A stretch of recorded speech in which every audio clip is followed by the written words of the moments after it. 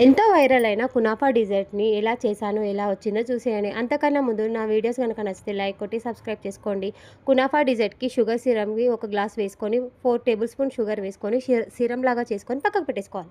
కునాఫాని సన్నగా మ్యాష్ చేసుకొని అందులో కొద్దిగా నెయ్యి కానీ, బటర్ కానీ వేసుకొని బాగా కలుపుకొని ప్యాన్‌కి నెయ్యి అప్లై చేసేసి కునాఫాని పరుచుకొని అందులోకి క్రీమీకి హాఫ్ లీటర్ పాలు, 2 టేబుల్ స్పూన్ల కార్న్ ఫ్లవర్, కొద్దిగా చీజు, హాఫ్ కప్పు షుగర్ వేసుకొని బాగా దగ్గర పడేదాకా కలుపుకొని కునాఫాని పరుచుకున్న దానిపైన క్రీమ్ వేసుకొని మళ్ళీ చీజ్ వేసుకొని కునాఫా కూడా వేసుకొని ప్యాన్లకి అటు ఇటు బటర్ రాసుకొని టర్న్ చేసుకుంటూ కాల్చుకొని బాగా కాలాక కునాఫాని తీసేసుకొని పైనుంచి షుగర్ సిరప్ వేసుకొని పిస్తాతో గార్నిష్ చేసుకుంటే కునాఫా డిజర్ట్ రెడీ అండి.